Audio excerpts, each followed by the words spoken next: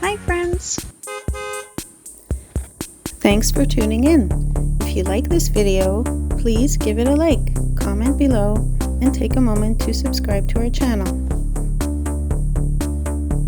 Welcome to Live Oak, Florida. As you drive through this charming city, you'll experience its rich history and scenic beauty. Live Oak is situated midway between Tallahassee and Jacksonville, making it a convenient stop for travelers. The city is surrounded by natural beauty, including the famous Suwannee River and numerous springs. The area rests on a limestone bed with underground freshwater streams, creating a unique landscape known as karst topography. This provides abundant fishing opportunities and has made the region a world-class destination for cave diving enthusiasts.